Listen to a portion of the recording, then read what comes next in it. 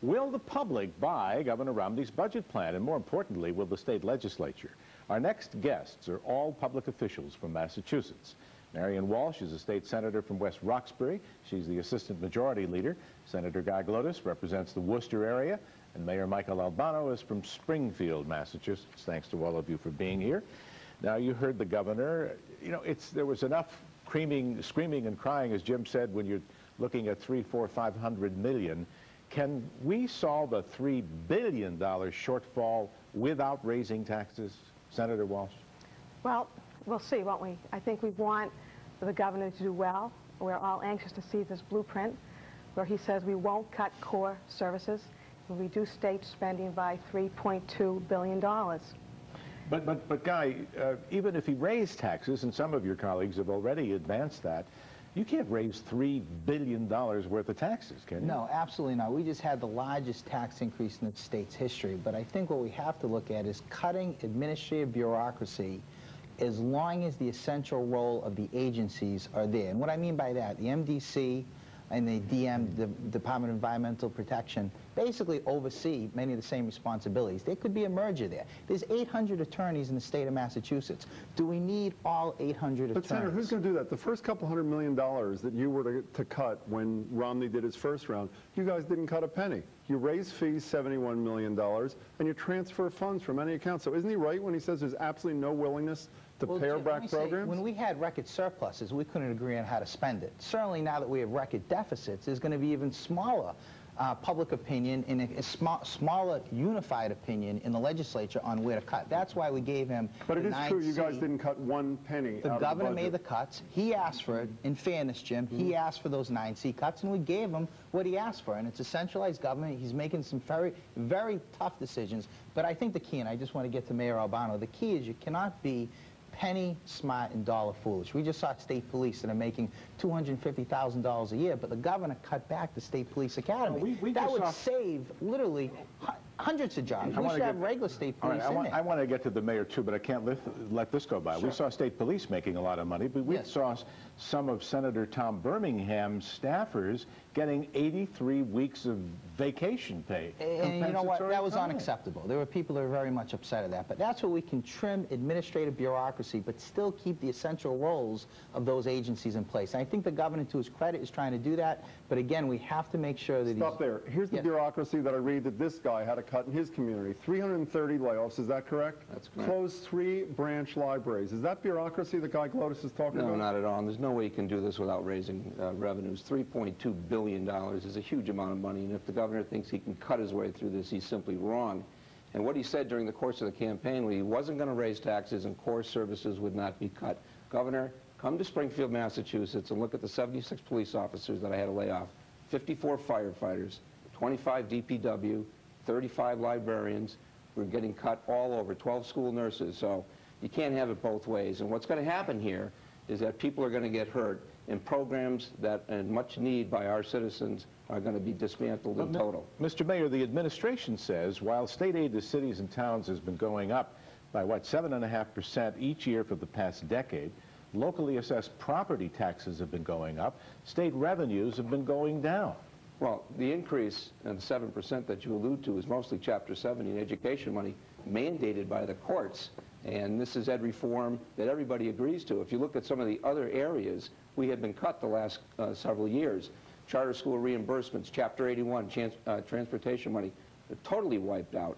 Lottery money in my city cut $3 million. So local aid has been cut. Other than education, we appreciate that from the legislature. But if you think you can keep core services going by cutting $3.2 billion, it's simply wrong, and in the end, it's going to hurt the economy. Senator Walsh, isn't Chet right to a degree, though? How do you go home and convince the people in West Roxbury that these cuts are going to hurt when they say to you, excuse me, Senator Birmingham's chief staff person just got $88,000 in back pay for unused vacation, until your colleague, who you have a relationship with, Tom Finneran, backed off.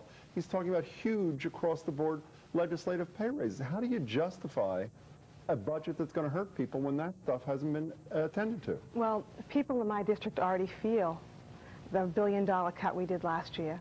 They already feel the cuts that Jane Swift did this fall, and the cuts that we authorized with this governor to do so far this year. The incredible so-called compensation package done by the former Senate President is absolutely unacceptable. And Can you guys do anything to undo it, or is it too will late? not happen. I think the checks they've been cashed, you know. It will not happen under this Senate President. Robert Travellini is a much more open and will not allow this kind of an arrangement to happen again. But he's already balking, Guy, about what you mentioned, consolidating services, like eliminating the MDC. But you know, I just want to respond to that. Here's a good discussion right here. I'm an urban suburban legislator. I have one of the largest MDC districts in the Commonwealth.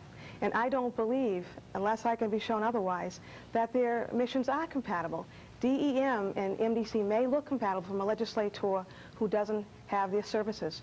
When you have an urban district and you have a neighborhood presence from a statewide agency, if it's Mass Highway or a large statewide organization, they don't respond But doesn't it to the impose, people. Marion, doesn't it impose upon you who have a problem with it, Travellini and you, just pick as two examples, Sure. rather than just saying no to a bad idea, Right. why don't you say yes to a good idea, saying instead, here's what we think we should do to save $3 billion, instead of just saying we don't know what the governor is going to do, we don't know what his plan is, we don't think it's fair? We are, and I think that you're right. I think that we have to be very open-minded. I know the state Senate is open-minded. We want Romney to do well. It's in all of our best interests. And we have to be able to justify when we agree with him and we don't agree with him and offer a solution, not just say no. Jim, let me just respond to that. First of all, I actually do have a suburban district. A lot of people don't realize that. It's more suburban than urban. But these are the areas that we can look at. For instance, the courts. Governor Romney was talking about. There was no reason why we couldn't at least talk about merging the Boston Municipal Court with a trial court. It would save millions and millions of dollars. We have 800 attorneys. We have a general counsel for every single agency. Do we actually need that, Chet? I mean, could we have a division of attorneys to represent all the legal matters in the Commonwealth? These are the issues we have to look at, and the public wants us to make the necessary cuts before we even talk about tax increases. Mayor, how about the term shared sacrifice? I assume you're not saying, getting back to Chet's question, that we should raise $3 billion in taxes. Am I right? No, I'm prepared. I think the governor's off on some good ways with consolidation and merging of services. But look, you can add all of this up. It doesn't come to $3.2 billion. So how do we fill that hole that it doesn't come up? You fill it because you're going to have to put revenues on the table, and my suggestion is the income tax is the most progressive tax in the Commonwealth. Go back to 5.85%. It's a small hit, and it's not going to hurt the economy. The other thing I would do is increase the meals tax, the sales tax, excuse me, by 1%, go from 5 to 6%. That'll raise $750 million, and have the legislature and the governor dedicate it totally to education from preschool through the university. Stop right there. Would you vote for either of those things? I would certainly consider it, but first we have to make sure the cuts are made. And I sympathize with my good friend Mayor Albano.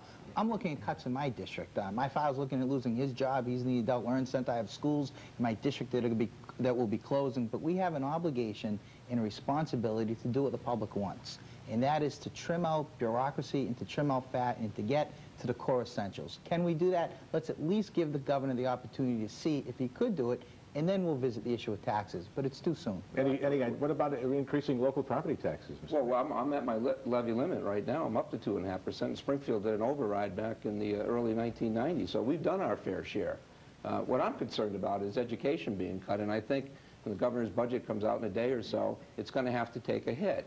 And even if it's level funded in my community, level funded at Chapter 70, it'll mean 600 layoffs of quality educators in the Springfield school system. It's going to have a devastating impact on quality education. And the legislature, to their credit, has been doing the right thing since 1993, making sure that kids in cities like Springfield got a fair shot at this thing. But cutting back in this area is just going to be a retreat from the Ed Reform Act of 1993. That's a serious mistake to the economy. Senator Walsh, did we make a mistake during the good times, during the boom years, when money was just rolling in? Now, we did put some away in the rainy day fund, but did we make a mistake by perhaps promising too much, spending too much, and not realizing that this bubble was going to burst at some point? Well, over $2.5 billion were put away since the mid-90s, the rainy day fund. No, but we increased programs. That's a huge, most states didn't do that. And this is a countrywide problem, and our state doesn't have it as bad as many. We've also did 44 tax cuts. Unlike the speech we just saw on the video, we haven't raised taxes every year. Since 1992, we've been cutting taxes and cutting them regularly to the point where it's now expected. 44 tax cuts. The Mayor Albano was right that we are not the Massachusetts people believe we are, and that's the burden we all have to carry and explain. Sales and excise tax, lowest in the country, Chet, except for those 5 states who don't have it. We're not the high-income tax state people believe. We have more exemptions and deductions than most states in the country. But don't we have the highest per capita debt in the country? Yeah? Well, we're at a maximum loan capacity right now. We cannot loan any more money. We had the $1.2 billion tax increase, and we've spent all of our rainy day funds except for $300 million. You know, there's a surreal nature to this discussion, and I on both sides. I'm saying we're talking about a $3 billion deficit. You two were saying, we'll wait to see what the governor has to say for himself. You say there's shared sacrifice, but we can't hurt education. Do any of you, if you were given unilateral power, Marianne Walsh, to settle this $3 billion crisis, could you do it without cutting core services and without raising taxes? Could you do it? I don't think that's possible, but I'm willing to learn and be educated. And the fact is, we aren't just waiting to see what he does. Every member of the state Senate, and I imagine in the House, is looking at how can they contribute. But what would they do? Back to my first question. The first round, when he said, I'll cut $346 million, you guys cut roughly $200 million. You didn't cut a penny in the Senate. So isn't that some indication that the willingness to make the hard decisions is not there? Absolutely not. Last year's budget, we cut over $1 billion in services. This year, we allowed Jane Swift, with our authority, to cut more. And again, we extended that to the new governor, Mitt Romney. He is cutting under our authority, which he derived from us. So we are a partner in the cutting. We have to do more cutting. But the fact is, as Governor Guy has said, Governor, I like that. As the mayor and Guy have said so well, our spending has been in 3 areas. It's been education, healthcare, and public safety. Right. That's it. How would you cut, Governor Guy? Governor Guy has a lot of different ideas, and I talked about some of them, the Mass Trial Court merging with the Boston Municipal Court. My long adversary, bilingual education, there's a lot of money that could be cut there. And again, I sympathize with the mayor, but the fact of the matter is we've doubled local aid to cities and towns over the last 7 years, doubled. Local municipalities have added 5,200 jobs where the state has laid off 5,000 jobs. And I know you need that money, and I'm not saying you don't need it, but what I'm saying is the feds have cut back their money, obviously because of the war on terrorism. The state, for the last 3 years, as Senator Walsh has pointed out, we got to hold you there because we want the mayor to go. You can respond then to two of you can get in a fist fight out in the hall and as soon as you're done. I'll leave that for John Barry, North Adams. But look, I added cops to my streets. I had 100 police officers. Guess what? Crime went down, property values went up, private investment went up. I added teachers because of special education requirements. We added more library hours. I mean, these are quality of life issues, and they're economic development issues as well. You take all of that away, I'm telling you, private investment's going to decline, and the economy's going to go down the tubes, and that's what I'm most fearful of. So, look, I understand sacrifice. We're going to have to take some hits. What the mayors want is a little bit of time to make some adjustments, but you can't cut your way out of $3.2 billion. Plus, the governor wants to roll back the $1.2 billion that the legislature rightfully raised a year or so ago. Please, it's way too much. Get out of your straitjacket philosophy, put revenues on the table, and let's do this thing right. Jeb Bush is doing it, Pataki's doing it, Governor Rowland is doing it in Connecticut, putting taxes on the table. It's got to be part of the solution. It can't be part of the problem. We've got it there, Mr. Mayor. Thanks to Springfield Mayor Michael Albano, Massachusetts State Senators Marianne Walsh and Guy Glodis. Back with more Newsnight after this. Next on Newsnight. All right, when you wake up in the morning, you need the weather. We're going to give it to you 5 to 6 o'clock in the morning now. Continual updates. Every 6 minutes, a complete weather forecast starts all over again. We're going to dedicate a whole hour to the weather to help you prepare to get out the door in the morning. Wake Up Weather, weekday mornings from 5 to 6 a.m. on NECN. The beauty of the suit is that the bottoms match the top. So all you have to do is throw on a shirt and tie, and you're out the door.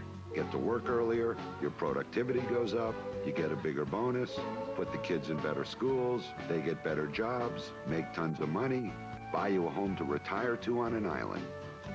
No wonder suits are coming back. Men's Warehouse. You're gonna like the way you look. I guarantee it. To contact the store nearest you, call 1-800-776-SUIT. Hey, I went to the bank today and talked to Charlie. Actually, honey, I'm not going to be able to help out as much as I wanted to with that. Baseball, it's changed to 4 o'clock. How can I do that? No running in the house. Honey, who is this other kid? Friend of James. Are we feeding him? You know, we have dinner with Fred and Nancy. Listen, honey, I'm going to need the car all day on...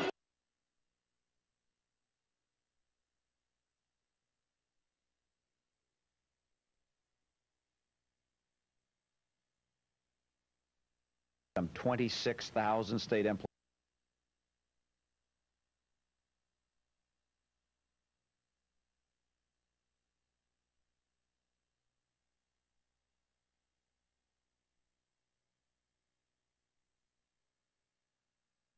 for joining us. Well, 90 million down, what, a billion to go? Is that pretty much it? Let's start briefly with this consolidation and office closing plan. Is the position of the governor and your position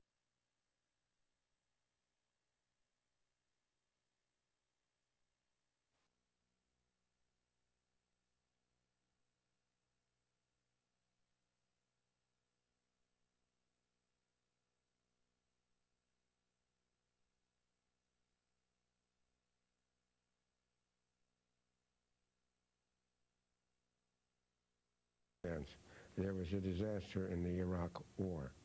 If we went to war and that